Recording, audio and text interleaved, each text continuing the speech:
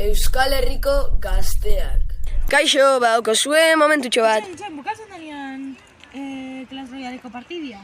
Vale. Hemen, hori, eta hemen, ja, bukatu da.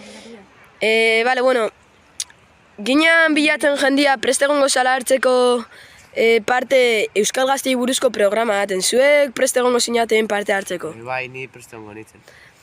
Vale, bueno, eta segaitxik izan beharko zinan zu hautatua. Ba, zeba, ni nire ustez naiz como gaztiendako referentia.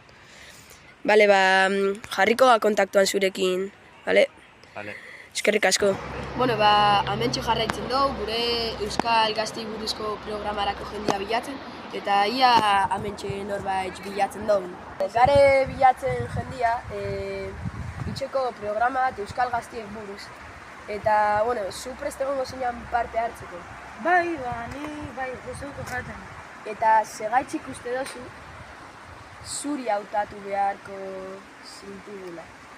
Ze ni grabatzen ona naiz, hemen jartzen nervioso, eta jendarekin ondo moldatzen naiz, jatorra naiz eta lagun ona naiz. Jarrikoa kontaktuan zurekin, bale? Eskerrik asko. Bai. Bueno, behitu, hemen dago gara jartzan, gare dago gazteren bat.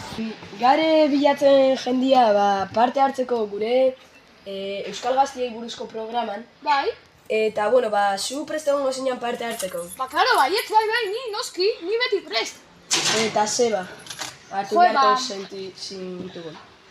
Ni uste ni nahiko partartzaile ona naiz, beti gogoarekin nabil eta celebre eta ni oso langile izango nite eta nirekin oso ondo pasatuko zeinuke.